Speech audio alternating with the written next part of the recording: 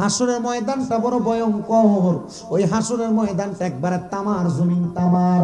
হাসরের ময়দান শুধু তামার না, আপনারা যারা এখানে আছেন পুরুষ মানুষেরা, পর্দার আড়ালের মা বোনেরা, হাসরের ময়দানে সবাইকে উত্তোলন করা হবে উলঙ্গ অবস্থায়, শরীরের মধ্যে কোনো জামা কাপড় থাকবে না।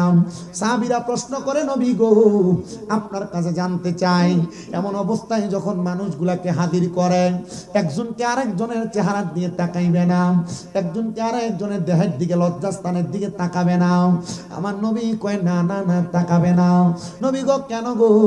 কারণটা আমার দয়াল নবী শিখিয়ে দিবে। কারণ একটা মানুষের হাসরের ময়দানে তার মাথা থেকে 4 আঙ্গুল অথবা 1 বিঘাও পড়ে, আমার আল্লাহ তাআলা 12টা সূর্যের তাপ লাগাই দিবে, 12টা সূর্যের তাপ।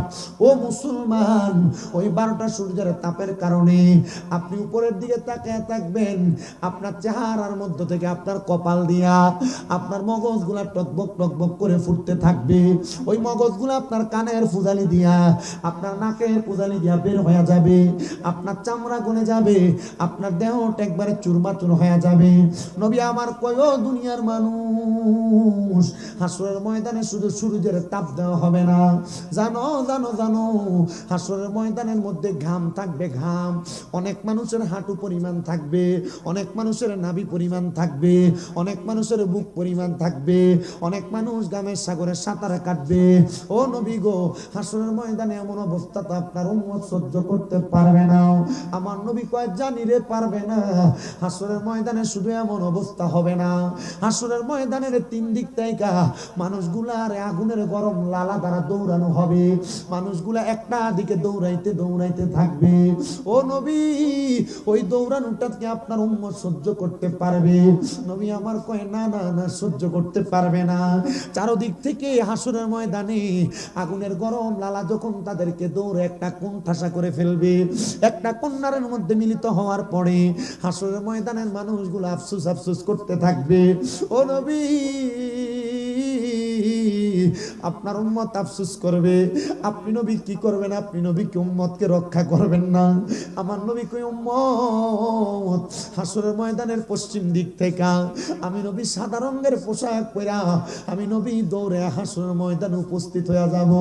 আমি আইসা তাকে দেখব রে, আমার এক জাতের উম্মত আছে যাদের চেহারাটা একবার এতিম সন্তানের মতো, মা বাপ মইরা গেলে যেমন চেহারাটা এতিম এতিম হয়ে যায়, হাসরের ময়দানে আমার উম্মতের এমন এতিমের মতো তাকে আছে। ও নবী, এতিমের মতো উম্মত গুলারে কে বাঁচাইবো? আমার নবী কই, উম্মত শোনো রে, হাসরের ময়দানে শুধু বেনামাজি থাকবে না, হাসরের ময়দানে নামাজিও থাকবে, হাসরের ময়দানে রোজাদারও থাকবে, হাসরের ময়দানে বেরোজদারও থাকবে, হাসরের ময়দানে হালাল খুরও থাকবে, হাসরের ময়দানে হারাম খুরও থাকবে। আমার নবী কই, ভালো খারাপ সব মানুষ হাসরের ময়দানে থাকবে। পুরা তামার জমিন হাসরের ময়দানে মানুষগুলা যখন হাই হুতাশ করবে, বাবা সন্তানকে চিনবে না, সন্তান মাকে চিনবে না, এক বন্ধু আর এক বন্ধুরে চিনবে না। শুধু শামীমরা জানারে বাবা, পুরা তিতাস এলাকার কুমিল্লা জেলার বড় আলেম যদি আনো, ওই আলেম তার মুসল্লিরে চিনবে না। কেন কেন কেন চিনবে না জানো? ওই হাসরের ময়দানের মধ্যে আমার আল্লাহ তাআলা কাহারিয়তের সুরুত ধারণ করব, যে কাহারের সুরুত দিয়ে আমার আল্লাহ কারোর প্রতি কোনো মায়া রাখবে না, আমার আল্লাহ কোনো দয়া রাখবে না। সেদিন হায় হায় হাহাকারে পইরা যাবে ধনী, পিপাসায় ফাটিবে ছাতি, মগজ গলে পানি, কান্দিয়া দমিবে যত আদম সন্তান, আদম নবীর কাছে যাইয়া চাইবে এহসান, আদম বলবে নফসি নফসি, আমি কি সুপারিশ করতে পারি গো? তোমরা এই মুহূর্তে চইলা যাও না নূরের নবীর দরবারে, কঠিন দিনে আমার নূর নবী বিনে কঠিন দিনে আমার নবীজি বিনে। আর সুন্নিরা কেন নবী নবী করে রে বাবা? আজকের মাহফিলে বৈশা কেন নবীর দুরূদ বেশি পড়েন? আমরা নবীরে দাঁড়ায় সালাম দিলে আমরারে কয় বেদাতি, আমরা ইয়া নবী সালাম আলাইকা কইলে আমরারে কয় বেদাতি, আমরা নবীরে তাজিম করলে আমরারে কয় ভণ্ড। আরে ভণ্ড বলুক রে বাবা, ভণ্ড বলুক, না না নয়, ভণ্ড বললে আমার কোনো কিছু আসে যায় না। আমরা বিশ্বাস রাখি রে, বিশ্বাস রাখি আমার দয়াল নবী আমাদেরকে ময়দানে মাশরের মধ্যে সুপারিশ করবে, এই জন্য আমরা নবী নবী করি। আরে আদম বলবে নফসি নফসি, আমরা কি সুপারিশ করতে পারি গো? এই মুহূর্তে চইলা যাও না শেষ নবীর দরবারে, কঠিন দিনে আমার নবীজি বিনে, কঠিন দিনে আমার নূর নবী বিনে। কন্যা নাই কোনো বন্ধু গো, নাই দরদি নাই, কঠিন দিনে আমার নবীজি বিনে। দুনিয়ার মুসলমান, আমার নবী যখন হাসরের ময়দানে পশ্চিম দিক থেকে আইসা উপস্থিত হয়ে যাবে গো, আমার নবী কয় আমার আল্লাহ তাআলা আমি নবীরে লাওয়ায়ে হামদের একটা পতাকা দান করব, লাওয়ায়ে হামদের একটা ছায়া দান কইরা দিব। আমি নবী লাওয়ায়ে হামদের পতাকার নিচে থাকবো। মনে করেন এটা পুরাটা হাসরের ময়দান, আপনারা হাসরের ময়দানে সূর্যের নিচে বসে আছেন, আমার উপরে আলাদা একটা পর্দা দিয়ে আমার স্টেজটা করা হয়েছে। আমার নবীর জন্য হাসরের ময়দানে এমন একটা স্টেজ থাকবে যে স্টেজটার নাম হলো লাওয়ায়ে হামদের পতাকা। ওই লাওয়ায়ে হামদের পতাকা, প্রশংসার পতাকার মধ্যে আমার নবী থাকবে। রাহমাতুল লিল আলামিন নবী কয় উম্মত, ও উম্মতের দলেরা, ওই লাওয়ায়ে হামদের পতাকার নিচে তাইকা আমি তাকায় দেখব আমার অনেক উম্মতেরা দাঁড়ানো। আমি নবী একটা একটা করে নামাজিরে ডাক দিব, একটা একটা করে রোজাদাররে ডাক দিব, একটা একটা করে দান সদকা কর্ণওয়ালারে ডাক দিব, একটা একটা করে মা বাবার পাগলরে ডাক দিব, একটা একটা করে আমি নবীর আশেকা আশেকারে ডাক দিয়া আমি তাদেরকে জান্নাতে নিয়ে যাব। আমার অর্ধেক উম্মত জান্নাতি, আমি আমার আল্লাহ তাআলার দরবারে ফরিয়াদ করব, আল্লাহ আমার অর্ধেক উম্মত জান্নাতে গেছে, ও আল্লাহ গো আমার আরো উম্মত বাকি আছে। নবী আমার জান্নাতে প্রবেশ এখনো করে নাই। জান্নাতের দরজার মধ্যে দুইটা সিরিয়াল, জবান বন্ধ নাই। কন্যা কয়টা সিরিয়াল? কষ্ট চলবে মনে জানি অনেকের কষ্ট। যদি সম্ভব হইতো একটা লাড়ি লয়ে ফিরতে পারে, তিনটা বাড়ি দিলে আপনার কই যারা ঠান্ডা হয়ে যাবে। আসলে আলহামদুলিল্লাহ, আসলে আমি আসতেছি। আমার কালকে আমার মাদ্রাসা, আপনাদের দোয়ায় আমার 6টা মাদ্রাসা। কয়টা? আসতে গেছেন মনে হয়। কয়টা মাদ্রাসা লস আছে না? আমার 5টা ছিল একসাথে হাফেজ হয়েছে, আলহামদুলিল্লাহ। কয়টা? 5টা একসাথে হাফেজ হয়েছে। কালকে এদের মাদ্রাসায় রেজাল্ট হবে, অন্য বাচ্চাদের, এদেরকেও একটু প্রেস দেওয়ার নিয়ত করছি কালকে। তো আলহামদুলিল্লাহ, শুধু নিয়ত না, খানাও খাওয়া মুখ হাসি দিয়ে দিবেন। টেহা কারে দি? টেহা কা কোন নাম নেবার কোন ও নাকি আপনারা রই কো আল্লাহর বলে ও আপনার টাকা। আমি আমার মাদ্রাসার ছাত্রদের কিনে আপনাদের জন্য দোয়া করি। বলে হুজুর আমরা লোকের আপনারা দেহা হইছে না, কেন দোয়া করেন?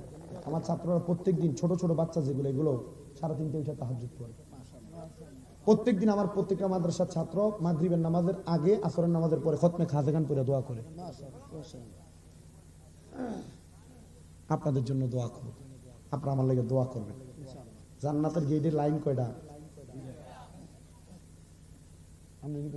আর কেউ জানেন না? কয়টা? একটা আমরান নবীর সিরিয়াল, আর একটা অন্য সব নবীর সিরিয়াল। আমরান নবীর পিছনে আমাদের নবীর সব উম্মতরা থাকবে, আর অন্য অন্য সকল নবীদের পিছনে তাদের উম্মত থাকবে। সুবহানাল্লাহ নাই? সুবহানাল্লাহ। আর জোরে সুবহানাল্লাহ। আমার মুসলমানের একটু অন্তরের কান্না লাগে শুনো।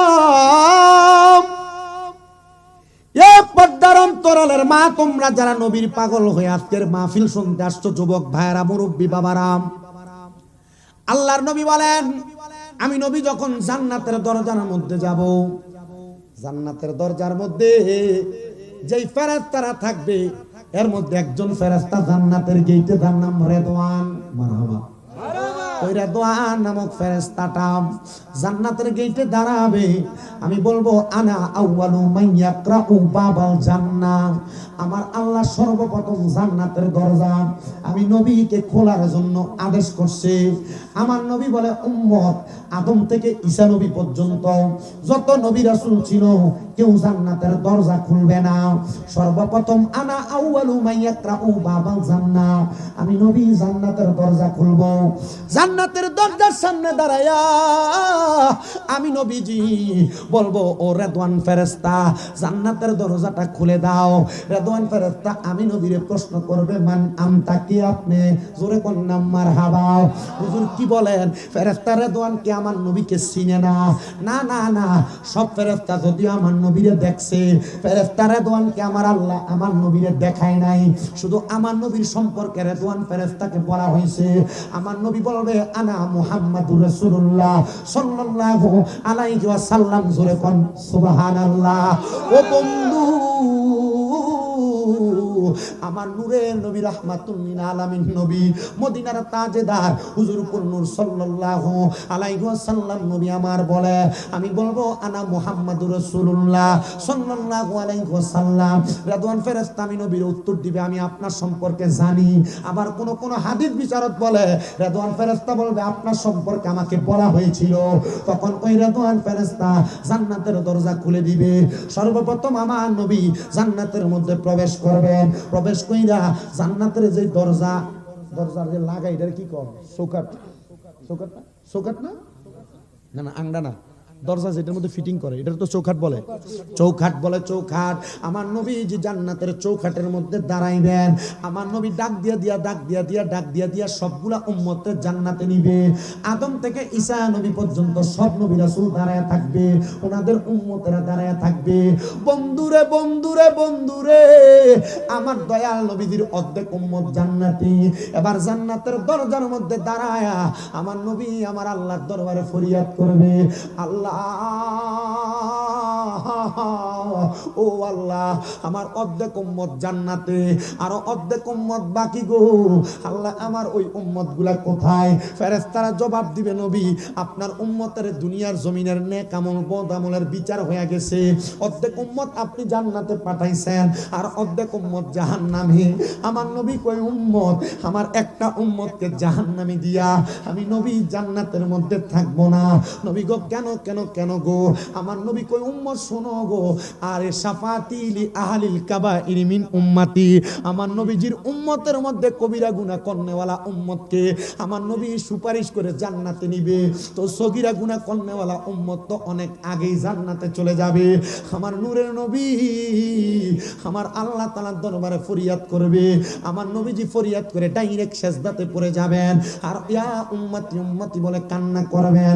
উম্মতি বলে যখন কান্না করবেন আমার আল্লাহ হযরত জিবরাইল আমিনকে প্রেরণ করবে। নবীজি সেজদার মধ্যে এমন ভাবে পড়ে আছেন, এমন ভাবে কান্দেন না গো নবী, আপনার কান্না আমার আল্লাহ তাআলা সহ্য করতে পারেন না। আমার আল্লাহ খবর পাঠাইছেন আপনি নবীজি মাথা মুবারক উঠানোর জন্য। আমার নবী কয় জিবরাইল আমার আল্লাহকে আমার উম্মতের ফয়সালা করেছে। না গো নবী না, আল্লাহ কয় বন্ধুরে বলো না মাথা মুবারক উঠাইতে। আমার আল্লাহ তাআলার কাছে জিবরাইল আরজ পেশ করবে নবী আল্লাহ আপনার হাবিবকে আপনার হাবিবের উম্মতকে maaf করতে। আল্লাহ কয় যাও আমার হাবিবের উম্মতকে maaf করা হয়েছে। হায়রে আমার বাবা, নবীর উম্মতের মাফের খবর যখন আমার নবী পাইব আমার নূরের নবী মাথা মুবারক উঠাবে না। জিবরাইল বলবে নবী গো মাথা মুবারক আপনি কেন উঠান না? আমার নবী কইব জিবরাইল আমার আল্লাহ আমার উম্মতের মাফ না করছে, জান্নাত এখনো দিছে না। আমার আল্লাহরে কো আমার উম্মতরে জান্নাতে দিতে। বলে আপনার উম্মতের এত গুনাহ, ওই গুনার কারণে উম্মত জাহান্নামী। বলে বলো না আমার উম্মতের নেক আমল আরেকবার মাপ দিতে। আপনার আমার গুনাহগার আমরা দ্বারা আমাদের নেক আমল বদ আমল গুলা আবার মাপ দেওয়া হবে। আমার নবীজি তাকায়া থাকবেন, আমার নবীজি দেখবেন উম্মতের নেক আমলের পাল্লা হালকা হইয়া উপরে, বদ আমলের পাল্লাটা ভারী হইয়া নিচে নাইমা গেছে। নূরের নবী রাহমাতুল লিল আলামিন নবীজির আসকান মুবারক পাঞ্জাবি মুবারকের ভিতর থাইকা একটা সাদা কাগজের টুকরা বাহির কইরা ওই দাড়ি পাল্লার মধ্যে দিয়া দিবেন। আমার নূরের নবী মিজানের পাল্লার মধ্যে যখন দিয়ে দেওয়া হবে, তাকে দেখবে নবীর উম্মতের নেক আমলগুলা থরথর করে নিচের দিকে নামে। আমার নবী তখন তাবাসসুম মুস্কি হাসি দিবে। নবীর উম্মতদেরকে জান্নাতে নিয়ে যাওয়া হবে গো। ও মায়ার নবী, এখন কে জান্নাতি কে জাহান্নামী আমরা কেমনে বুঝতাম? আমাদের তো বোঝার দরকার আছে।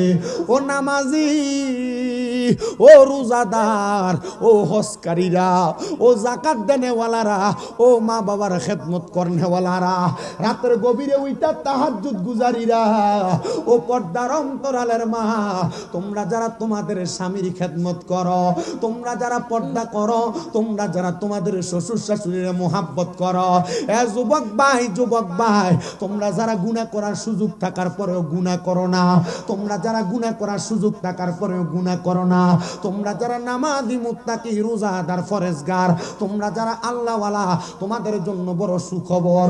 আমার নবী কান্দে আর ডাক দিয়া কই উম্মত, কারা জান্নাতি কারা জাহান্নামী এটার একটা ফয়সালা আমার আল্লাহ দুনিয়াতে কইরা দিব। নবী গো, যারা জান্নাতি আর জাহান্নামী কারা বেশি ভালো? আমার নবী কয় লা ইয়াস্তাবি আসহাবুন নারি ওয়া আসহাবুল জান্নাহ, আসহাবুল জান্নাতি হুমুল ফাইজুন। আমার আল্লাহর কোরআনের কথা আমার নবী উম্মতরে জানায়া দেয়, জাহান্নামী আর জান্নাতীরা এক রকম না, আসহাবুল জান্নাতি হুমুল ফাইজুন। যারা জান্নাতি তারা হইল সফল কাম। ইয়া রাসূলুল্লাহ, নবী গো,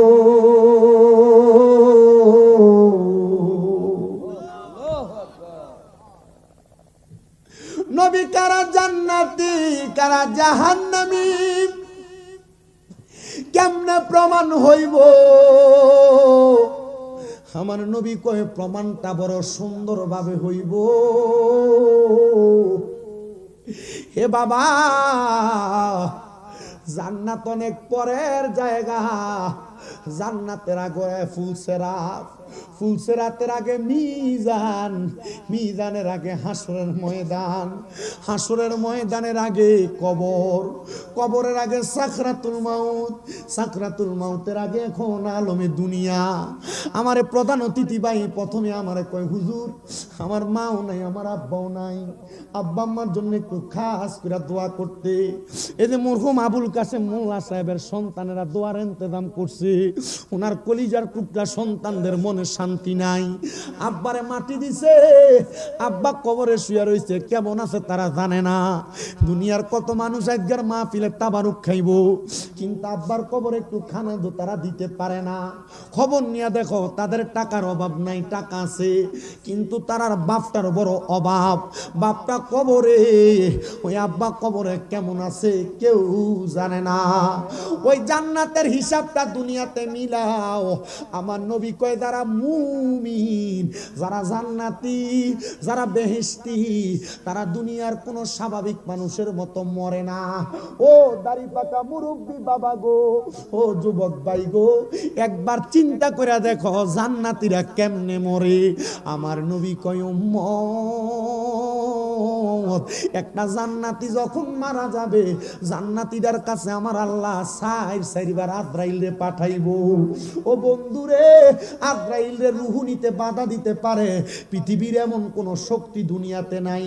কারণ আমার আল্লাহর লামকানের মধ্যে একটা গাছ আছে, যেই গাছটার নাম হলো সাজরাতুল ইয়াকিন, তকদিরের গাছ, ইয়াকিনের গাছ। ওই গাছের মধ্যে আমার আল্লাহর এতগুলা পাতা, পৃথিবীতে যত বান্দা তত পাতা ওই সাজরাতুল ইয়াকিন গাছের গাছের মধ্যে, ওই গাছের পাতার মধ্যে আপনার নাম লেখা আছে, আমার নাম লেখা আছে, মাহফিলের প্রধান বক্তা আব্দুল সালাম বিপ্লবীর কথা লেখা আছে, প্রধান অতিথি সভাপতির কথা লেখা আছে, মেম্বারের কথা লেখা আছে, আপনাদের নাম লেখা আছে।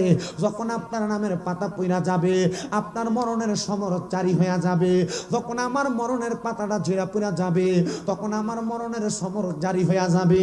ওই কঠিন মুসিবতের বাবা আজরাইল আলাইহিস সালাতু ওয়াস সালাম একটা মুমিন বান্দার সামনে আসার আগে আমার আল্লাহ তাআলা দুইটা ফেরেশতা পাঠিয়ে দেয়। মুমিন বান্দার সামনে আইসা ওই দুইটা ফেরেশতা একজন মুমিন বান্দার মাথার কাছে বসে, আর একজন মুমিন বান্দার নাকের আগায় বসে।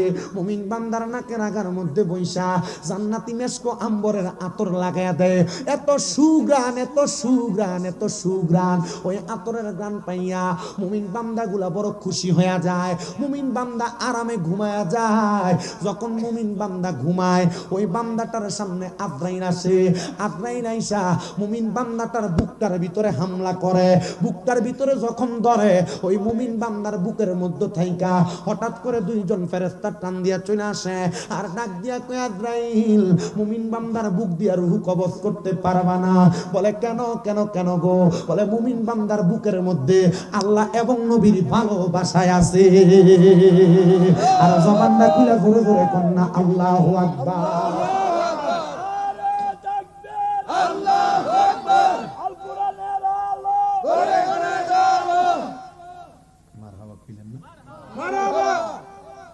মুমিন বান্দার মরণটা কি বালা না খারাপ? আমরা মুমিন হইয়া মরতাম চাইনি, আবা চাইনি আমরা। এই যে মা বোনেরা পর্দার আড়ালে, কি মা বোন কে আসেনি তারা? আল্লাহ কষ্ট দিতেছে, আমরা কষ্ট হলে সিগন্যাল দিতে। মা 40 মিনিট হয়ে গেছে, কেমনে গেছে? আপনারা কি আছেন? আপনারা থাকলে আমি আছি। বন্ধু, মুমিন বান্দাটার সামনে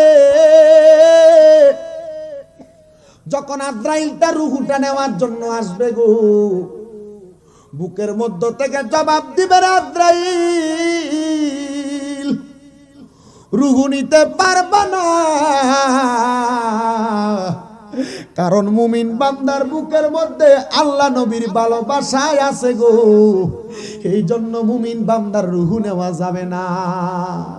মুমিন হইয়া মরতে পারলে, মুমিন হইয়া মরতে পারলে নাই কোনো আর ভাবনা। মুমিনি থাকো বেঈমানে হইও না রে মানুষ, মুমিনি থাকো বেঈমানে হইও না। বলেন মুমিন হইয়া মরতে পারলে, মুমিন হইয়া মরতে পারলে নাই কোনো আর ভাবনা। মুমিনি থাকো বেঈমানে হইও না। ওরে মুমিনি যদি হইতে চাও রে, আরে নামাজ পড়ো জীবন ভরে রে। ওরে মুমিনি যদি হইতে চাও রে, আরে দরুদ পড়ো আশিকে গণ রে। আরে নবীর দরুদ যারা পড়ে, নবীর দরুদ যারা পড়ে থাকবে না আর ভাবনা। মুমিনি থাইকো বেঈমান হইও না, বলেন মুমিনি থাইকো বেঈমান না। বলেন মুমিনি হইয়া মরতে পারলে, মুমিনি হইয়া মরতে পারলে নাই কোনো আর ভাবনা। মুমিনি থাকো বেঈমান হইও না রে মানুষ, মুমিনি থাকো বেঈমান হইও না। এটা আমার নিজের লেখা, একটু মহাব্বতে কর। ওরে মুমিনি যদি হইতে চাও রে, আরে খারাপ কামটা ছেড়ে দাও রে। আইরে মুমিনি যদি হইতে চাও রে, আরে মন্দ কাজটা ছেড়ে দাও না রে, আরে মন্দ কাজটা ছেড়ে দিলে, মন্দ কাজটা ছেড়ে দিলে জান্নাতের পায়ে পরোয়ানা। মুমিনি থাইকো বেঈমানে হইও না রে মানুষ, মুমিনি থাইকো বেঈমানে হইও না। বলেন মুমিনি হইয়া মরতে পারলে, মুমিনি হইয়া মরতে পারলে কোনো ভয় যে থাকবে না। মুমিনি থাকো বেঈমানে হইও না রে মানুষ, মুমিনি থাইকো বেঈমান হইও। ওরে আল্লাহ নবীর পথে চলে, আরে ইমানে তাজা করে জানা রে। বলেন আল্লাহ নবীর পথে চলে, আরে ইমান তাজা করে যাও না রে, হায়রে ইমানে তাজা করতে পারলে, ইমান তাজা করতে পারলে থাকবে না আর পাবো না। মুমিনি থাইকো বেঈমানে হইও না রে মানুষ, মুমিনি থাইকো বেঈমানে হইও না। বলেন মুমিনি হইয়া মরতে পারলে, মুমিনি হইয়া মরতে পারলে থাকবে না আর পাবো না। মুমিনি থাইকো বেঈমানে হইও না রে মানুষ, মুমিনি থাইকো বেঈমানে হইও না। বন্ধু ও পর্দার অন্তরালের আম্মু জিরা, এবার আজরাইল চলে যাবে আমার আল্লাহর কাছে। আজরাইলের কাম কিন্তু রূহ কবজ করা। আমার আল্লাহর স্পেশাল 4 জন ফেরেশতা, একজনের নাম জিবরাইল বার্তাবাহক, আর একজনের নাম মিকাইল। কি করে মিকাইল ফেরেশতা? রিজিক বন্টন করে। একজনের নাম মিকাইল, রিজিক বন্টন করে। আরেকজনের নাম হলো ইসরাফিল আলাইহিস সালাতু ওয়াস সালাম, সিংহায় ফু দিব কিয়ামত হবে। আরেকজনের নাম আজরাইল মালাকুল মাউত, মৃত্যুর ফেরেশতা। ওই ফেরেশতার কামই হলো দুনিয়ার জমিনের মানুষের রূহ নেওয়া। আজরাইল আমার আল্লাহর কাছে যখন যাবে, আমার আল্লাহ বলবে রে আজরাইল যাও যাও যাও বান্দার রূহটা কবজ করো। এবার আজরাইল আবার আইব ইমানদারের সামনে। রূহটা কোন দিক দিয়া নিব? বিবজ্জিকার নূর চেহারা বরাবর হামলা করব। খাবলা দিয়ার চেহারার মধ্যে যখন ধরব, ইমানদার বান্দাটার কপালের মধ্যে থাইকা এবার 2 জন ফেরেশতা ডাক দিব, আজরাইল ইমানদার বান্দার রূহ তো কপাল দিয়া নেওয়া যাবে না। বলে কেন গো, কেন নেওয়া যাবে না? বলে ইমানদার বান্দা এই কপাল দিয়া আমার আল্লাহর সেজদা দিছে, নামাজ পড়ছে, আমার আল্লাহর জিকির করছে, এই বান্দার কপালের মধ্যে সেজদার নূর আছে। এবার আপনারা কোন বাবারা, আমরা সবাই কি ইমানদার না? ইমানদার ইমানদার। এছাড়া নামাজ যদি কয়জন পড়ছেন হিসাব লই, 3 ভাগের 2 ভাগে নাই। হ্যাঁ থাকবই। এ মুসলমান, ইমানদার মানুষ কখনো নামাজ ছাড়ে না, ইমানদার মানুষ কখনো রোজা ছাড়ে না, ইমানদার কখনো হজ যাকাত দান সদকা ছাড়ে না। হুজুর কেন কেন কেন ইমানদার কেন নামাজ ছাড়ে না? ইমানদার আর বেঈমান এক রকম না।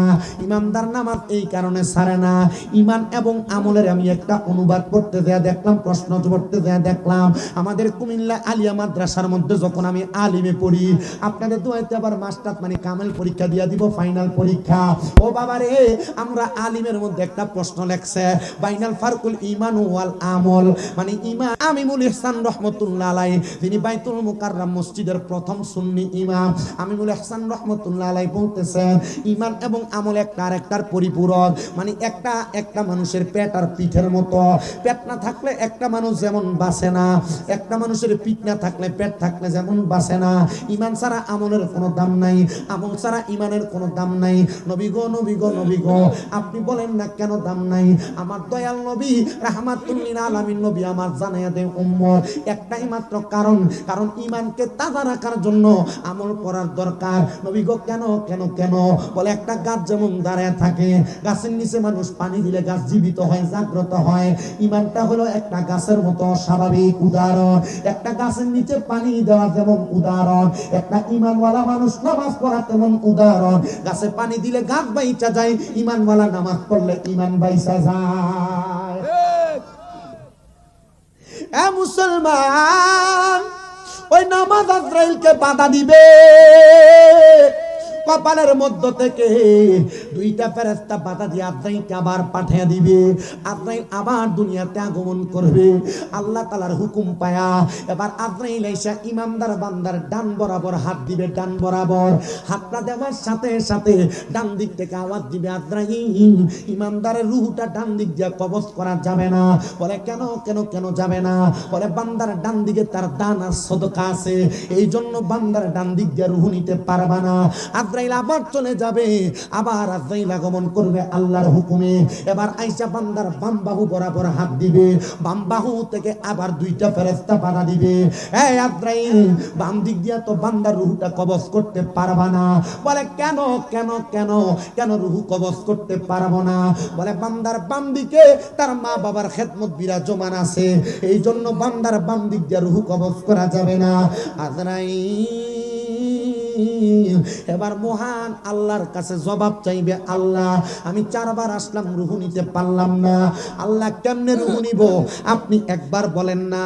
আমার আল্লাহর পক্ষ থেকে জবাব, আজরাইল শোনো, ইমানদার বান্দাটা ইমান থাকার কারণে মরার সময় কালেমা পড়বে, কিন্তু বান্দা তো এখন ঘুমন্ত অবস্থায়, বান্দা কালেমা পড়তে পারবে না। আজরাইল একটু অপেক্ষা করো ইমানদার বান্দার জন্য।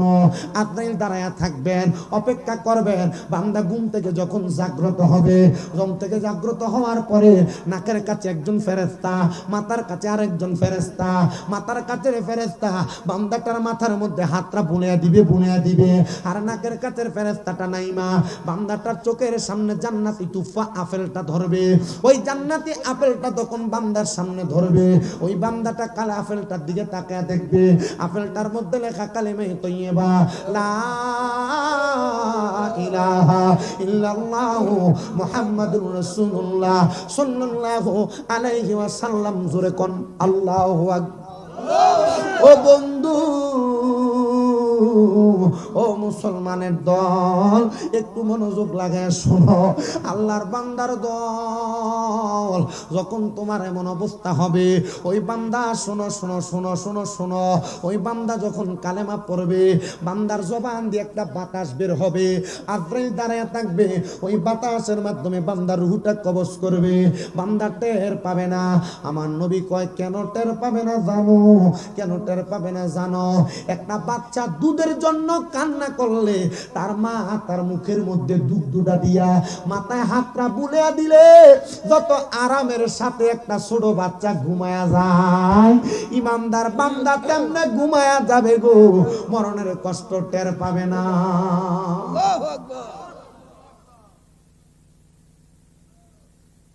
ইমানদারের মরণের কোনো কষ্ট নাই। প্রস্রাব করে না, পায়খানা করে না, নাকে মুখে রক্ত বের হয় না, জিহ্বায় কামড় দেয় না, চোখ উল্টায় যায় না। ইমানদার বড় আরামে মরে, ইমানদার বড় শান্তিতে মরে। জীবন শেষ দো আর কত। আপনি চিন্তা করে দেখেন, এই রাস্তাটাই তো কত হুন্ডা দিয়া পইলেই অ্যাক্সিডেন্ট করে মারা যায়। বয়স যাচাই বাছাই করেন 19, 20, 30 বছর। গত কয়েকদিন আগে একটা ভিডিও ফুটেজ দেখলাম, ইয়ারেক্স গাড়ি মোটরসাইকেল চালায় আসে, এমন ভাবে মোটরসাইকেল লাগাইছে উইরা যায়া পুকুরের মধ্যে পড়ছে। আপনি আমি তো দুনিয়ার জিন্দেগিটারে আমরা মনে করতেছি হাসি তামাশা, খেল তামাশা। আল্লাহ কখনকার জীবনের হায়াতের বাজেট বন্ধ করে দেয় এটা কেউ বলতে পারবে না। পারবে? হায়াতের বাজেট যদি আল্লাহ বন্ধ করে দিয়ে হায়াত পুরায়া যদি আজরাইল পাঠায়া দেয়, আর এই অবস্থায় যদি আপনি মানুষ মসজিদে নামাজ পড়ে আর আপনি ঘরে নাক টেনে ঘুমান, মরণটা কি ইমানদারের মতো হইব? যে সময় মানুষ ওয়াজ মাহফিল জিকির আজকার, মানুষ তাহাজ্জুদ নামাজের ইবাদতের মধ্যে মশগুল, এই টাইমে যদি আপনি ঘরে নাকে তেল দিয়ে ঘুমান, গান বাজনা করেন, স্ত্রী নিয়ে আমোদ ফুর্তিতে মাইতে থাকেন, আপনার কি ইমানদারের মতো মরণ দিব? আল্লাহ শুধু আপনার হায়াতটা জনম ভরে আনন্দ ফুর্তি করার জন্য দেয় না। আল্লাহ আমাদের জীবনটা হায়াতটা আল্লাহ তাআলা দুনিয়ার জিন্দেগিতে আমাদেরকে শুধু দুনিয়াটা মস্ত বড় খাও দাও ফুর্তি করে এই জন্য দেয় নাই। আল্লাহ আমাদেরকে হায়াতটা দিছে কেন? ওমা খলাকতুল জিন্না ওয়াল ইনসা ইল্লা লিয়াবুদুন। আল্লাহ দিছে আল্লাহর ইবাদত করার জন্য, করেন। আমি তো করি না। আরে আমার গুনাহগুলা যদি আপনাদের সামনে ওপেন করা হয়, আপনারা দৌড়াইবেন এলাকাতে। কোন বাবার গুনাহ যদি তার সন্তানের সামনে ওপেন করা হয়, বাবাকে সন্তান অস্বীকার করে। কোন মায়ের গুনাহ যদি সন্তানের সামনে ওপেন করা হয়, সন্তান মা বলতে অস্বীকৃতি জানাবে। কোন যুবক বন্ধু তোমার গুনাহ যদি তোমার পরনন্য বন্ধুদেরকে দেখানো হয়, তোমাকে বন্ধু বলতে অস্বীকৃতি জানাবে।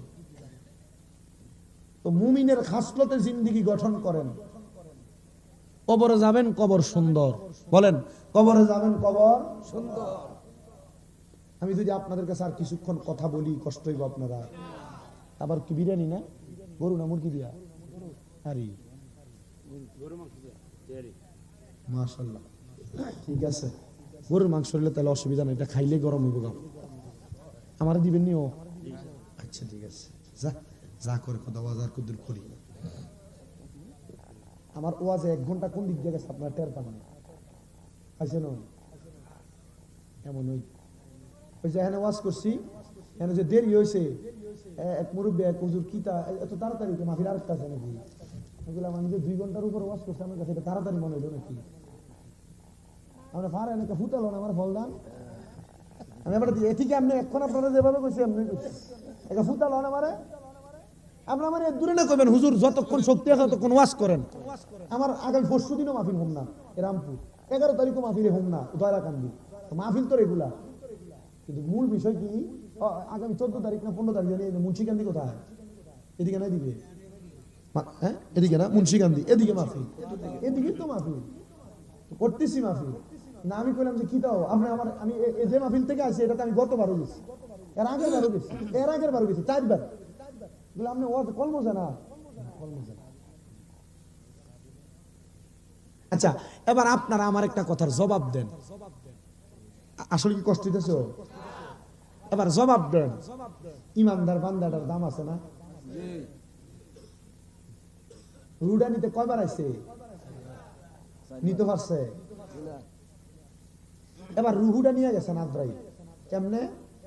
ছোট বাচ্চা মানুষ যেমন দুধ খাওয়ার সময় ঘুম পাড়াইলে যেমন ঘুমায়া যায়, টের পায় না, এমন। আচ্ছা, তাহলে মুমিনের দামটা কম না বেশি? আপনি প্রস্রাব পায়খানা করে যদি মরার সময় ভরা এলাম, মানুষ বালা কইব না? মুখ দিয়ে রক্ত বাড়িলে মানুষ বালা কইব? জিভটা কামড় দিয়ে ছেড়ে দিলে বালা কইব? চকুল দিয়ে দিলে বালা কইব না?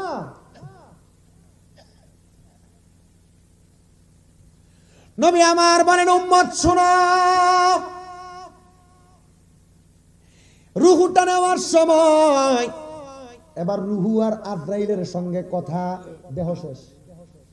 দেহ তোমার চরমাচর গলে পচে যাবে, শিরায় উপশিরাগুলো ছিন্ন ভিন্ন হবে, পরে রবে মাটির ভিতরে মন আমার। কেন বান্ধ দালান ঘর রে মন আমার, কেন বান্ধ দালান ঘর? একদিন মাটির ভিতরে হবে ঘরে মন আমার, কেন বান্ধ দালান ঘর? প্রাণ পাখি উড়ে যাবে পিঞ্জর ছেড়ে, ধরা ধমে সবই রবে, তুমি যাবে চলে। বন্ধু বান্ধব যত, মাতা পিতা তারা সুত, সকলই হবে তোমার পরে মন আমার। কেন বান্ধ দালান ঘর রে মন আমার, কেন বান্ধ দালান ঘর? একদিন মাটির ভিতরে হবে ঘরে মন আমার, কেন বান্ধ দালান ঘর? মারা যাওয়ার পরে যেই বউয়ের লগে রাত্রি যাপন করছ 50-60 হাজার টাকা দিয়া বড় দামি কাঠ দিয়া খাট বানাইছ, দামি ম্যাট্রেস কিনে আনছ, দামি কম্বল আর ওয়াল ক্লথ বিছাইছ, দামি শিমুল তুলার বালিশে ঘুমাইছ, ওই বউ কইব লাশটা খাটে রাইখো না, নিচে নামাও, লাশটার সঙ্গে থাকো না তোমার স্বামী, সারা জীবন তো একসাথে ছিল, বলবো আমার ডর লাগে। যেই ফুতে তোমার পাশে থাকবে না বলবে আমার ডর লাগে, আমার ভয় লাগে। আহারে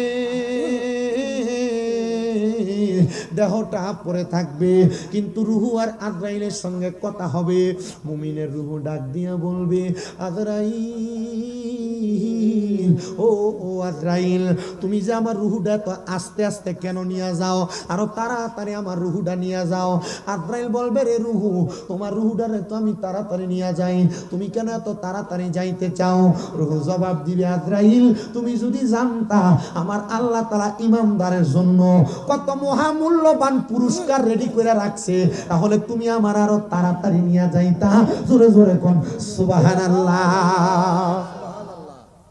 নেওয়া হবে প্রথম আসমান, 19 জন করে ডাইন দিকে ফেরেশতা, 19 জন করে বাম দিকে ফেরেশতা, আর বলবে আহলান সাহালান মারহাবান দুয়ুফুর রহমান, আহলান সাহালান মারহাবান দুয়ুফুর রহমান।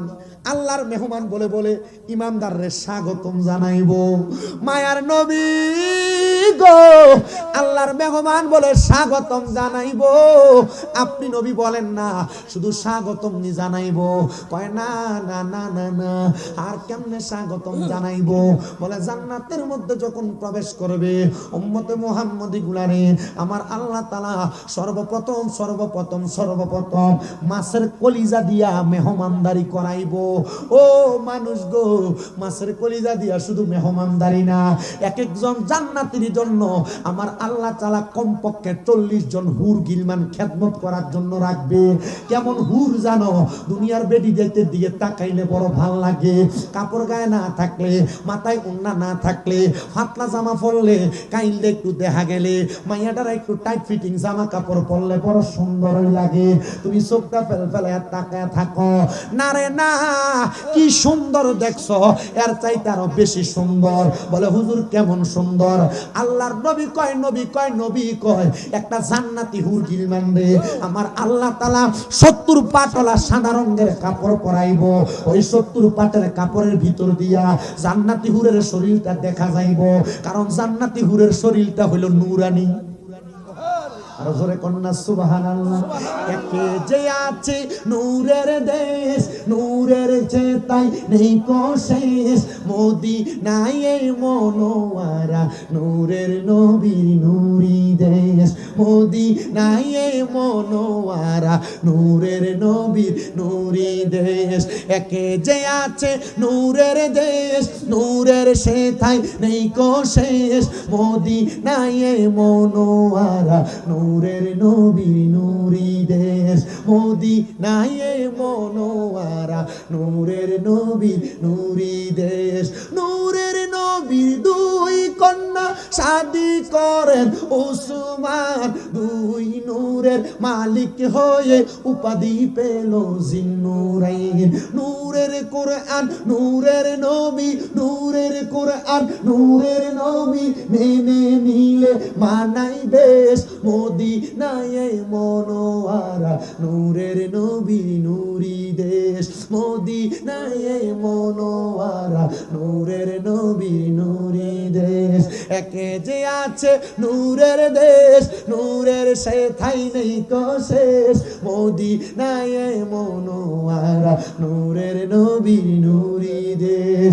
ওই জান্নাতের হুর গিলমানের চেহারাটা, শরীরটা নূরের শরীর, 70 পর্দাওয়ালা কাপড় পরাইব, শরীরটা দেখা যাইবে এত সুন্দর। এ বেড়া ঘরে বউ আছে, লুচ্ছামি যারা করো, ঘরে বউ আছে, পরনারীর দিকে যারা তাকাও, বিয়া করো নাই, পর মহিলার সঙ্গে যার সম্পর্ক, সাবধান সতর্ক। এমন হুর গিলমান তোমার জন্য না, জান্নাতীর জন্য। যারা নিজের স্ত্রী থাকার সত্ত্বেও অন্য নারীর দিকে তাকায় নাই তাদের জন্য। এ মহিলারা তোমাদেরকেও আমার আল্লাহ হুর হুর গিলমানদের সহযোগিতার সাহায্য দিব, খাদেম বানাইব। বন্ধুরে ওই হুর গিলমানের শরীরটা দেখা যাবে, হাদিসে মুবারাকাত তিরমিজিতে বর্ণিত। শুধু শরীর দেখা যাবে না, হুর গিলমানের শরীরের যে গোশত আছে এই গোশতটা এমন সাদা, গোশতের উপর দিয়ে হাড্ডি দেখা যাবে, হাড্ডির ভিতরে যে মজি আছে সেই মজি দেখা যাবে। নবী গো কেন কেন কেন এমন দেখা যাবে? বলে অন্য কোনো কারণ না, আমার আল্লাহ তাআলা জান্নাতীদের জন্য মুহাব্বত কইরা মায়া কইরা বানাইছে। এত সুন্দর এত সুন্দর এত সুন্দর, এমন নুরানি সুন্দর শরীরওয়ালা হুর গিলমান আপনারা দিব জান্নাতের খেদমত করার জন্য। এ পর্দার অন্তরালের মহিলারা, তোমরা যারা তোমাদের স্বামীর সঙ্গে খারাপ ব্যবহার করো, তোমরা যারা জামাইরে ধমক দাও, তোমরা যারা জামাইরে তুইটাই ব্যবহার করো, একদিন কামে না গেলে কানের কাছে ভ্যান ভ্যান করো, জামাই কোনো কথা বললে ঘাড় পাক দাও, মনে রাখবা মা, তুমি যদিও দুনিয়াতে স্বামীর অত্যাচার করো, আমার আল্লাহ তাআলা বেরিয়েতে কইব দিছিলাম কি আর মালাটা যদি সম্ভব হইতো এখন লইতে গেল দিব নাকি? এটা গ্যাসের টি হইব নি রে? 500 600 700 10 20 30 40 50 60 70 80 90 100 মারহাবা কোন মারহাবা বেডিয়াত। আমি চাই আমার মারা জান্নাতে যাক। কি কোন আপনারা চান না? ঠিক এর আওয়াজ আসতে হইছে, বাইক গেলে সিঙ্গাবো। কিন্তু এরা জান্নাতে যাক আপনারা চাননি? এরা জান্নাতে যাক আপনারা যদি চান, চাইতো না, আসলে চাইতো না। এক বেডির জামাই ফরকিয়া করতো, কি করতো? কথা কয় না তো। এ বেডি কইছে আমি এই জামাই সংসার আর করতাম না। কইছে কেন? আমার জামাই আমার ফালে অন্য মহিলার সাথে সম্পর্ক, বিচার বইছে। সালিশ বই না আপনার এলাকায় বিচার কর না, সালিশ কর, বিচার বইছে। বিচারের ভিতরে বইয়া মীমাংসা হয়েছে, ঠিক আছে এই বেটা আর অন্য কোনো বেডিয়াদের দিকে চাইতো না, তুই যা বেটার লগে সুন্দর মতো যাইয়া সংসার কর। মাই একটু সরল সিধা দাও। এখন দেখতাছে এ মাইয়ের জামাই নামাজ রোজা পড়ে, মাইও নামাজ রোজা পড়ে, তো জামাই এনে মাইয়ের একটা সুন্দর বই উপহার দিছে। যে বই দনে বইয়ের ভিতরে লেখা আছে কোনো পুরুষ যদি 5 ওয়াক্ত নামাজ পড়ে, ইবাদত করে, শ্বশুর মা বাবার কথা শুনে, বউর উপর ভালো আচরণ করে, আল্লাহ তাআলা এই পুরুষের 40টা হুর দিব, জান্নাতে খেদমত করার জন্য 40টা বউ দিব। বেডি দিয়ে বেডি হরির কাছে কান্দার কয় মা মা ও মা, আপনার ফুতে এতদিন বালাই আসিল, এতদিন দুনিয়ার বেডিয়েদের পাগল হইছে, এখন আপনার ফুতে জান্নাতের বেডিয়েদের পাগল হইছে। আচ্ছা আসলে বেডিটা কি ভালো না খারাপ? ভালোই, সরল মানুষ, বালা সরল মানুষ। মহিলার তোমার খেদমত, তোমার স্বামী যদি তোমার সাথে ভালো ব্যবহার করে, আর আপনি ভালো ব্যবহার করবেন, ফানিটা আনতে দেরি হলে তো হিট গরম করে গেছেন, অমুকের জিকে গালি দেন, দেয়নি? আল্লাহর নবী কয় হে পুরুষ মানুষ, তোমরা তোমাদের স্ত্রীদেরকে তাদের মা বাবার নাম তুলে গালি দিও না। নবী কেন? আর আপনি গান অমুক মানা নিয়েছি, ডাইরেক্ট গাইলে কথা কয় না, গালি দেয়নি? আল্লাহর নবী কয় শোনো, তোমরা তোমাদের স্ত্রীদেরকে তাদের মা বাবার নাম তুলে গালি দিও না। নবী কেন? বেশি উপরের ক্লাসে না, ক্লাস 9 হাদিসে পড়াই দেয়। নবী কেন? বলে আমি নবী মহিলাদের বাবা। আপনারা যারা বউরে মারেন, আমার নবী ঘোষণা করতেছে পুরুষ তোমরা তোমাদের স্ত্রীদেরকে প্রহার করো না, মাইরো না, গালের ভিতরে আঘাত করো না। নবী কেন? বলে তোমাদের কাছে এই মহিলা সাময়িক সময়ের মেহমান মাত্র, আমার আল্লাহ তাআলা আবার তার মেহমানকে আল্লাহর কাছে ফিরিয়ে নিবে। সুবহানাল্লাহ। আমি চিন্তা করে দেখছেন মহিলার কত দাম? ভাল লাগছে না? বিছনা আলাদা করে দেন। আর এখনের বেডিয়ার যে সালাক, বিছনা আলাদা করে দিলে জামাই না এলে কি হইব? এটি মোবাইলে টিকটক না কথা বলেন, টিকটক ছায়া ঘরে থাকেন, ঘরে থাকেন। যে বেডিয়া স্বামীর অনুমতি ছাড়া ঝগড়া করে বাপের বাড়ি চলে যায়, খোদার লানত তাদের উপরে পড়বে। কেন জানেন? কারণ একটা মহিলা তার স্বামীর অনুমতি ছাড়া বাবার বাড়িতেও যাইতে পারবে না।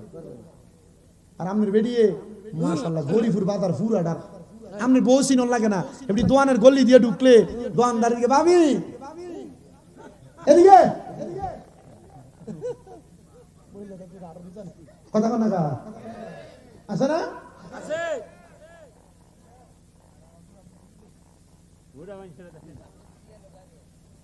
বেড়াইতে দোয়ানে ঢুকতে পারে না মহিলাদের জন্য। বেশিরভাগ 60% না বেশি 70% উপরে 80% মহিলা মানুষ। আর আমরা বেড়াই তো বেশি একবারে এত ভালো মানুষ, আমরা ঘুমিয়ে থাই বাইরে কই দিও তোর হুন্ডাটা করে লয়ে যাচ্ছে একটু ডাক্তারটা দেখাই আন। তো তোমার বেটি আরেক বেটা নিত কেন? বলে হুজুর ছোট ভাইয়ের মতো দেবর। জি না, আল্লাহ নবী হাদিস শরীফে কয় একটা দেবর তার ভাবির জন্য কাল সাপের মতো। আল্লাহ নবী কয় শুধু কালসাপের মতো না, মৃত্যু সমতুল্য, ভাইয়ের মতো না।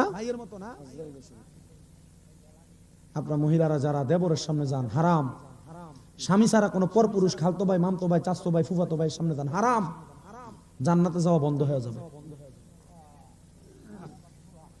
আর আপনারা যারা আপনাদের স্বামীর খেদমত করেন, আর আপনারা যারা বালা বউডারও ফিডেন, আচ্ছা 40টা হুর আল্লাহর যে আপনারা দিব, অন্য মহিলারা নবীজির কাছে কই, ইয়া রাসূলুল্লাহ আমরা আমার জামাইর এত ভালোবাসি, আল্লাহ কে আমরারে দিত না, কহ 40টা হুরের সর্দারিনী বানাইয়া তোমারে ফাড়াইব।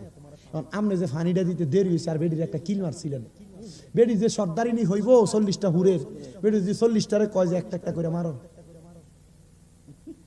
দুনিয়াত মারছেন কয়টা, দিব কয়টা, মুশ থাকবো এক একটা মারবো, একবার মারি নিয়েছে সবকা। আপনাদের কি অসুবিধা হইতেছে? আমি যেই কথা বলতেছিলাম আমার বাবা ভাইরা বন্ধুরা, জান্নাতের মধ্যে জান্নাতীদের মেহমানদারির জন্য আমার আল্লাহ তাআলা এত সুন্দর সুন্দর হুর গিলমান রাখছেন। তো জান্নাত কে না চায়? সবাই চায়, কথা বলেন। জান্নাত কে না চায়? সবাই চায়। এই উত্তরটা দেন না, জান্নাত কে না চায়?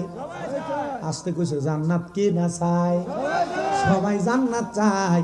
বলে হুজুর গো, জান্নাত যে সবাই চায়, এমন একজন জান্নাত চানেওয়ালা আল্লাহর বান্দা কুতুব মানুষ। কি কুতুব কারে কয় জানেন? কুতুব কয় ওই ব্যক্তিরে, কোন একটা জেলা, কোন একটা থানা, কোন একটা শহরকে খুঁড়ি দিয়ে যেমন ঘর ধরে রাখে, আল্লাহ তাআলা এমন কিছু নেককার বান্দা যারা ইবাদত করতে করতে কুতুবের পর্যায়ে পৌঁছাইছে, ওই এলাকা রক্ষা করার মতো ক্ষমতা ওনার আছে। ওই কুতুব আল্লাহর এক কুতুব বান্দা। আরে তোর কথা শেষ হইবনি বাবা, এখনো শেষ হয়নি। হ্যাঁ বইছে, এদিকে মুখ দিয়ে কথা কই যাবে, এত কোনো ডাক দিছি না তোমাদের।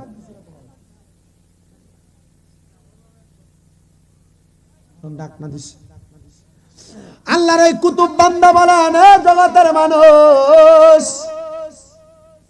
আমার কাজ ছিল একটা রাস্তার পাশে, চৌরাস্তা, এখানে বৈশা এলাকার মানুষের ভালো খারাপ পর্যবেক্ষণ করা। আমিও করতে লাগলাম। আমি পর্যবেক্ষণ করতে করতে হঠাৎ করে আমার সামনে একজন আল্লাহর বুজুর্গ বান্দা আসছে, বুজুর্গ নামাজ, ইমানদার, মুত্তাকি। কই আল্লাহর বান্দা, তুমি তো কুতুব, তোমার মুষ্টি অনেক বড়, তুমি তো কুতুব, তোমার দাড়িটি অনেক বড়, তুমি তো কুতুব, তোমার চুলটি অনেক বড়, তুমি তো কুতুব, তোমার শরীরের মধ্যে ময়লা, তুমি তো কুতুব, তুমি এই জায়গার মধ্যে এলোমেলো ভাবে বসা, তুমি যদি চাও আমি তোমারে সম্পদ দিতে পারি, তুমি যদি চাও আমি তোমারে দুনিয়ার মাহাজন, রাহাজানি, রাহাজা সব কিছু বাদশাহী দিতে পারি। উনি কয়, আমি যদি বাদশাহীর পাগল হইতাম আমি কুতুব হইতাম না, যদি বাদশাহীর পাগল হইতাম কুতুব হইতাম না। আমি বাদশাহীর পাগল না, এ জগতের মানুষ রে, বাদশাহীর পাগল না বইলা ডাক দিয়া কয়, যাও আমার কাছ থেকে যাও। তো যিনি আসছেন বুজুর্গ, তিনিও আল্লাহর একজন খাস বান্দা, কিন্তু তিনি ছিলেন শাম দেশের একটা রাজ্যের বাদশা। তিনি বলেন, আমার এত সম্পদ, এত টাকা পয়সা, দেখবেন বেশিরভাগ টাকা পয়সা দ্বন্দ্ব দৌলতের মালিক হওয়ার পর ইবাদতের দিকে একটু কমে যায়, ঠিক না? ইবাদতের দিকে একটু, বেশিরভাগ দেখবেন টাকাওয়ালা পয়সাওয়ালা, বেশিরভাগ বলছি, সবাই কথা কই নাই, বেশিরভাগ টাকাওয়ালা পয়সাওয়ালারই নামাজ পড়ে না। হ্যাঁ, বেশি আরাম, কারণ না চাইতে অল্পতে পেয়ে গেছে, এজন্য কি করে না, ইবাদত করে না। কিন্তু বাদশা বলে, আমি ইবাদত করি, কিন্তু আমি যখন ইবাদত করি রে দুনিয়ার মানুষ, আমার ইবাদত গুলা আল্লাহর দরবারে কবুল হয় কিনা আমি জানি না। তবে আমার এত সম্পদ, আমি একটা সুন্দর গালিচা বানাইলাম, একটা খাট বানাইলাম। আপনারা যারা দামি কোন রেস্ট হাউসে ঘুমাইছেন, স্বাভাবিকভাবে বোঝাই, রেডিসন আছে না, সোনারগা, এইগুলার যে খাটগুলা, এতে ঘুমাইলে মোটামুটি আদাত নিচের দিকে যায়। কয়া, আমি গত বছর হজ করতে গেছিলাম, আপনাদের দোয়ায় এই আল গুফরান, যে গড়ি টাওয়ারটা দেখেন না, এই গড়ি টাওয়ারের ভিতরে আমার এক মা লন্ডনে থাকে মঞ্চিস্টারে, আব্বা সাইদ কবির সাহেব, তো ওনারাও গেছিলেন। তো ওনারা সো যাওয়ার কারণে বাঙালিরা ওই ইব্রাহিম খলিল রোডের কাছে থাকে। তো ওনারা আমার এই খরচটা দেওয়ার কারণে আমি এই ক্লক টাওয়ারে ঘুমাইতাম ভাবছি। কারণ যে খাট আছে না, এটা যে আল্লাহ রহমতের হজ করে উমরাটা শেষ করে যায় শুইলে একটা মিনিট লাগে না ঘুমটা শুইলে, এত আরাম। শুইলে এক হাতের মতো নিচের দিকে ঢুকে, লাড়াচাড়া করলেও খুব ভালো লাগে। বাদশা ডাক দিয়ে কয়, এ জগতের মানুষ, আমি একটা দামি বিছানা বানাইলাম, ওই বিছানাটারে দেখভাল করার জন্য আমি একটা কাজের লোক রাখছি। কি রাখছে? শুধু বিছনা দেহনের লাগিয়া। তার কাজ ছিল আমি যখন ঘুম থেকে জাগ্রত হইতাম, বিছানাটা পরিবর্তন কইরা এখানে নতুন একটা বিছানা দিয়া এটার উপরে সুন্দর গোলাপ ছিটিয়ে দিত, সুগন্ধি ছিটিয়ে দিত। আমি সেটার মধ্যে আবার আইসা ঘুমাইতাম। আমার আরামের বিছানায় হঠাৎ করে আমি আইসা দেখি আমার যে কাজের লোক উনি আইসা বিছানার মধ্যে শুয়া রইছে। আচ্ছা, ফিডাটা কম দিব না বেশি দিব? বাদশার বিছানায় ঘুমাইছে। বাদশার বিছানাতে ঘুমানোর পরে বাদশা বলে, জগতের মানুষ, আমি আমার সেনাপতিদেরকে ডাক দিয়ে এবার তারা শাস্তি দিতে লাগলাম। তারা এমন ভাবে সকাল থেকে দুপুর পর্যন্ত আঘাত করা হইলো। কেন? বাদশা রাত বিছানার মধ্যে ঘুমাইছে। রাত বিছানার মধ্যে ঘুমানোর পরে তারা এমন ভাবে মারা হইলো। আমি জোহরের নামাজ পড়িরা আমি যখন তার সামনে গেলাম, আমি যায়া দেখলাম তার পুরা শরীর থেকে রক্ত পায়া পায়া পড়তেছে। বন্ধুরে আমার, রক্তগুলা যখন বায়া বায়া পড়ে, এবার ওই বাদশা ডাক দিয়া কয়, এ আমার সেনাপতিরা, তোমরা আর তারে মাইরো না। বলে, কেন মারতাম না? বলে, একটা কারণে মাইরো না, তার চেহারাটা আমি একটু দেখি। তার মাথাটা যখন চুলের মধ্যে ধরে এভাবে টান দিয়ে উঠাইছে, দেখতেছে তার পুরা শরীর দিয়া রক্ত ঝরে গো, কিন্তু তার মুখের মধ্যে মুস্কি মুস্কি হাসি। বাদশা কয়, আমার মাথা বড় রাগ হয়ে গেছে। আমি বললাম, সেনাপতিরা তারে ছাইরা দাও, তারে আমার সামনে বসাও। আমি তারা জিজ্ঞাসা করলাম, ও আমার কাজের মানুষ, তোমাকে তো আমার এই বিছানাতে ঘুমানোর কারণে মারা হইল, তোমার শরীরে আঘাত করা হইল, তুমি কেন কেন গো এমন মাই খাওয়ার পরে, রক্ত ঝরার পরেও তুমি মুস্কি মুস্কি হাসো? সেনাপতি ডাক দিয়া কয়, বাদশা, সামান্য সময় আপনার রাত বিছানাতে ঘুমানোর কারণে আমার যদি আপনি সকাল থেকে দুপুর পর্যন্ত দুইজন সেনাপতি দিয়া ফিডান, আমি চিন্তা করতেছি আপনি তো দিনের পর দিন রাতের পর রাতে বিছানাতে ঘুমাইছেন, আমার আল্লাহ তাআলা না জানি আপনারে কয়জন ফেরেশতা দিয়া ফিডায়। আমি চিন্তা করি এই বিছানাতে অল্প কিছুক্ষণ ঘুমানোর কারণে আপনি আমারে দুনিয়াতে মারতাছেন, আর আপনি কবরে গেলে কেমন মাই জানি খান। বাদশা কয়, আমি এই কথাটা শুনে আমার মনটা পরিবর্তন হয়ে গেছে।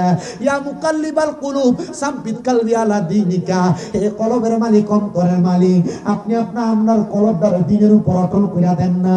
এবার বাদশা কয়, জগতের মানুষ রে, আমি এবার আমার সম্পদের মায়া করলাম না, টাকার মায়া করলাম না, ধনের মায়া করলাম না, স্ত্রীর মায়া করলাম না, রাজমহলের মায়া করলাম না। আমদা যার নাম হলো হযরতে আব্দুল্লাহ মারুফ, আমি বললাম, হুজুর গো, আমার সম্পদ চাই না, আমার টাকা পয়সা ধন দৌলত চাই না হুজুর, আমি চাই গো আমার সম্পদগুলা দান করে দিতাম। বলে, হুজুর বলেন না কোন জায়গায় দান করতাম? হুজুর কয়, বাদশার আজকে পাইছি, এখন যদি বাদশার আমি দান করার কথা বলি, বাদশা দুনিয়াতে কোনটা মানুষ আর কোনটা ইমানদার বাদশা চিনবো?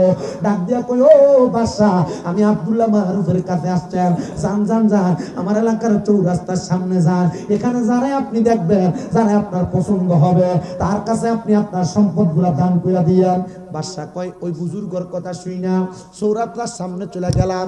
যাওয়ার পরে আমি আমার সম্পদ দেওয়ার জন্য মানুষ খুঁজি, কিন্তু আমি আকৃতিতে মানুষ দেখি, চেহারাটা কুত্তার মতো দেখা যায়। যারা বুঝছে তারা নাউজুবিল্লাহ কইছে। শরীরের পাও ঠিক, হাত ঠিক, বুক ঠিক, কিন্তু মুখটা কুকুরের মতো, কুকুরের মতো।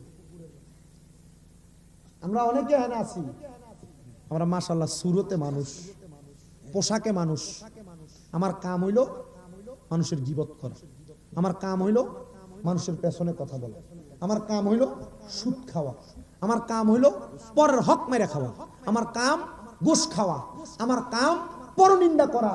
খোদার কসম তুমি শুরুতে মানুষ কুকুরের চাইতে নিকৃষ্ট। সুদখোর নাই এলাকা আছে? আমরা সমাজের বহু জায়গায় সুদখোররে ধরে নিয়ে মসজিদের সভাপতি বানা আসেনি মেম্বার। মেম্বারে যেহেতু পয়সা আছে তাহলে আছে। সুদখোর নাই বাংলাদেশে আমার মনে হয় না এমন কোন গ্রাম আছে। হয় এমনি খায় না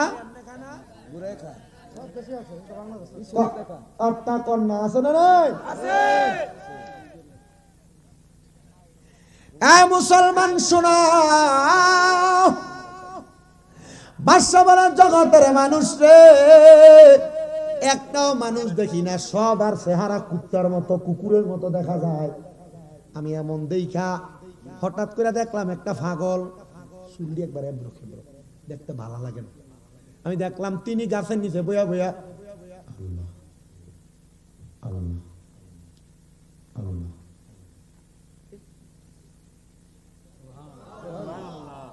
দেখতে কেমন চুলটি কি জান না, অসুবিধা নেই, যান আমার ওয়াজ আমার শেষ, অসুবিধা নেই। যেটা আমার মূল টাইম যে দূর করণের দূর করছি, এখন বুনাস দিতে তুই যে দেরি করে আসছি যে আলহামদুলিল্লাহ কয় না তো আলহামদুলিল্লাহ। আচ্ছা আমার চিন্তা বিদায় করে দিব শেষ না। আপনারা যদিও না না করেন আমি তো জানি কালকে কাজকর্ম না করলে বড় ঘরে তো ভাতের চাউলের দরকার। বলো হুজুর সব ঠিক আছে, হুজুর সব ঠিক, হুজুর সব জামু, হুজুর ফজরের নামাজটা কিন্তু পড়তে রাজি না। আমরা যে জাতের মুসলমান ওই যে শুরুতে কিন্তু বেটার চুল এলোমেলো দেখতে খারাপ লাগে। ইবনে মাজাহ শরীফের 303 নম্বর পৃষ্ঠার হাদিস, আল্লাহর নবী কয় শোনো, শুধু পাঞ্জাবি সুরত লেবাসে মুসলমান না, লেবাসে মানুষ না। নবী কেমনে কয় শোনো, এমন মানুষ এমন মানুষ এমন মানুষ যারা দেখতে দুর্বল লাগে, কাপড় এলোমেলো, কিন্তু এটা জান্নাতি মানুষ, এটা দেখলে বোঝা যায় না। জোরে কোন মারহাবা। শেষ করে দিচ্ছি এই কথা, এটা শেষ করে কইলাম মারহাবা। আল্লাহ কবুল করুক, আপনার বুঝদান করুক, আমিন কোন আমিন। উনি ডাক দিয়া কয় জগতের মানুষ তোমরা শুনো, দুনিয়ার মানুষ তোমরা শোনো। আমি দৌড়ে আল্লাহর ওলির কাছে গেলাম, আব্দুল্লাহ মারুফ রুসাফির কাছে। হুজুর কোন মানুষে তো দেখলাম না, ওই মুরার মধ্যে যা দেখলাম সব কুকুরের মতো দেখা যায়। কুকুরের মতো যখন দেখা যায় দেখছে রে বাবা, উনি ডাক দিয়ে কয় আবার তুমি যাও, এবার যা দেখে যেগুলার মুখটা কুকুরের মতো দেখা গেছে এগুলার মানুষের মতোই দেখা যায়। উনি বলে হুজুর এবার আমি সবাইকে দেখছি গো, বলে আবার যাও, 3 বার পাঠাইছে। তৃতীয়বার যায় দেখে সবার মুখ কুকুরের মতো দেখা যায়, কিন্তু একজনের মুখ শুধু দেখা যায় মানুষের মতো। ডাক দিয়া কয় ও বাদশা, তুমি বলো না তোমার কাছে কেমন লাগে? বলে আমার কাছে বড় ভালো লাগে, কিন্তু মানুষ তো দেখলাম না, পাগল দেখলাম, একটা পাগল যেটারে দেখতে আমার পছন্দ হয় না। আমার নবী কয় কলা রাজুলুন দাইফুন মুস্তাগাফুন যুতিনরাইনি লা ইউবাহু লাহু লাউ আকসামা আলাল্লাহি লা আবাররা। এমন ব্যক্তি জান্নাতের বাদশা হইব যার চুলগুলা এলোমেলো, কাপড়গুলা নোংরা, দেখলে পছন্দ হবে না। ইবনে মাজাহ শরীফের 303 নম্বর পৃষ্ঠার হাদিস দিয়া নবী আমার কয় ওই মানুষটা জান্নাতের বাদশা, জান্নাতের বাদশা। নবী গো কে জান্নাতের বাদশা? কয় শোনো শোনো শোনো, রাজুলুন দাইফুন মুস্তাগাফুন যুতিনরাইনি লা ইউবাহু লাহু লাউ আকসামা আলাল্লাহি লা আবাররা। যার চুলগুলা এলোমেলো, দেখতে এলোমেলো দেখা যায়, শরীরটা দুর্বল, পোশাকগুলো এলোমেলো, ওই ব্যক্তিটা জান্নাতের বাদশা হবে। উনি ডাক দিয়ে কই ও বাদশা যাও যাও যাও, সব যে তো কুকুরের মুখ দেখা যায়, ওই রাস্তার পাশের পাগলটারে তুমি সব সম্পদ দিয়া দাও। আল্লাহু আকবার। আরো দিতে বেশি পাগলের তো দামটা আল্লাহর পাগল। হ্যাঁ হ্যাঁ হুজুর কার পাগল? আল্লাহর পাগল। আজ আর মাহফিল যে করছে কার পাগল হইয়া? আল্লাহর পাগল। হ্যাঁ এই মাহফিল এইটা যদি বিশ্বাস থাকে কবুল। মারহাবা। বন্ধু এবার বাদশা কয় হুজুর আমি পাগল রে দিতাম, পাগল কি করব? পাগলের কাছে যায় কয় পাগল আমি দুনিয়ার সম্পদের মায়া করি না, আমি আমার সম্পদগুলা আপনারে দিয়া দিলাম। পাগল ডাক দিয়া কয় আমারে কেন দিছ? এই সম্পদ আমি পাগলের কোনো দরকার নাই। আল্লাহ কয় লা ইউকাল্লিফুল্লাহু নাফসান ইল্লা উসআহা, আমি কারো সাধ্যের বাহিরে কোনো কিছু সাফায়া দেই না। যে 10 তলার মালিক সে এটার মালিক, এটা হওয়ার যোগ্য। যে ব্যাংগাড়ি চালায় সে ব্যাংগাড়ি চালানোর যোগ্য, যে রিক্সা চালায় রিক্সা চালানোর যোগ্য, যে দুনিয়াতে কৃষি কাজ করে সে কৃষি কাজ করার যোগ্য। আপনি কৃষি কাজ করে আফসোস করে আমি যদি আপনার 10 তলায় ঘুমাইতে পারতাম, আমি যদি 5 তলায় ঘুমাইতে পারতাম। আপনি টিনের ঘরে থাইকে স্বপ্ন দেখেন আমি যদি ঢাকাতে একটা প্লাট কিনতে পারতাম। স্বপ্ন দেখার দরকার নাই, মনিবের ইবাদত করে যান। মনিব আপনার কি লাগবে আমার মনিব জানে, আমার মনিব আপনারে যখন যেটা লাগবে সেটা দিয়ে আপনারে সাহায্য করবে। ও বান্দা, এই পর্দার অন্তরালের মা, তুমি তোমার স্বামীর ইনকামের উপর সন্তুষ্ট থাইকো। 100 কামাই করলে কই আলহামদুলিল্লাহ, 500 করলে আলহামদুলিল্লাহ, মাসে 20,000 হলো আলহামদুলিল্লাহ, 2 লাখ হলো আলহামদুলিল্লাহ। যদি এই শুকরিয়াটা আদায় করতে পারো, যখন যেটা লাগবে ব্যবস্থা করে দিব। একজন জোরে কোন তিনি কে? বাদশা ডাক দিয়ে কয় এ পাগল তুমি কেন আমার বাদশাহী চাও, তুমি কিন্তু নিতে চাও না। আমি দিতে চাই, তুমি নিতে চাও না। পাগল ডাক দিয়া কয় ও বাদশা, বাদশা গো আমি একটা কারণে নিতে চাই না। যারা এমন ভাবে ফিরাইয়া আইলা, যারা তুমি এমন ভাবে আঘাত করলা, আরে তুমি তোমার বাদশাহী দিয়া দাও আর তুমি আমার মতো পাগল হয়ে যাও। বাদশা কয় সব সম্পদ আমার কাজের লোকটারে দিয়া আমি আল্লাহর জিকিরে মশগুল হয়ে গেলাম, আমি নবীর দুরূদে মশগুল হয়ে গেলাম, আমি ইবাদতে মশগুল হয়ে গেলাম। হঠাৎ করে আমি ডাক দিয়া কইলাম হুজুর, ও গো পাগল মানুষ, আপনি মজ্জুব মানুষ, আপনি বলেন না আমি যে ইবাদত করি আমার ক্ষমতা কি? বলে তুমি কি ক্ষমতা চাও? বলে আমি চাই আমার মা বাবা কবরে কেমন আছে আমি জানতে। আমার মা মারা গেছে অনেকদিন, আমার বাবা মারা গেছে অনেকদিন, অনেকের মা নাই বাবা নাই। আজকের মাহফিলে আপনারা বসে গেছেন, পর্দার আড়ালে অনেক মহিলারা বসে গেছে, মা নাই বাবা নাই। তারা কবরে কেমন আছে জানো না? সম্পদের মালিক, টাকার মালিক, পয়সার মালিক। মা বাবা বড় কষ্ট করে তোমার মানুষ করছে, কিন্তু মা বাবার জন্য একটু দামি খানা ঢুকাইতে পারো না। পারবা কেমনে মা বাপ কবরে? ও সন্তান, ওই বাদশা ডাক দিয়ে কই হুজুর আমার মা বাবা কবরে কেমন আছে আমি জানতে চাই। উনি কয় বাবা আমার সামনে আসো, চক্ষুটা বন্ধ করো। মাথার উপরে ওনার চাদরটা দিয়া ডাক দিয়ে কয় বাবা তুমি একবার সূরা ফাতিহা, 3 বার সূরা ইখলাস, কয়েকবার আল্লাহর জিকির, কয়েকবার নবীর দুরূদ শরীফ আদায় করো। বলে হুজুর করলাম। বলে আবার চোখটা খোলো। উনি ডাক দিয়া কয় চাদরের নিচে ঢুকার পরে আমি চোখটা খুলে দেখলাম একজন পুরুষ আর একজন মহিলা সুন্দর সুন্দর নিয়ামত খাইতেছে। আমি জিজ্ঞাসা করলাম আপনারা কে গো? মাথাটা উঠানোর পরে দেখি আমার মা, মাথা উঠানোর পরে দেখি আমার বাবা। ও আব্বা আম্মা গো, আপনারা কেন এত সুন্দর জান্নাতের খানা খান? বলে তুমি সন্তান সম্পদের মায়া ত্যাগ কইরা আল্লাহ তাআলার প্রেমে পাগল হইয়া দুনিয়ার মায়া ত্যাগ কইরা ইবাদতে মশগুল হয়ে গেছো। আমার আল্লাহ তুমি সন্তানের নেক দুয়ার কারণে আমরা মা বাপরে মাফ করে দিছে। এবার আপনারা বলেন মোটপি পূর্ব পাড়া মরহুম আবুল কাসেম মোল্লা সাহেবের স্মরণে ওনার সন্তান আত্মীয় স্বজন মাঝে মাহফিল সাজাইছে। আমার আল্লাহ চাইলে এই মাহফিলের উসিলায় তাদের কবরের আযাব মাফ করতে পারে কি পারে না?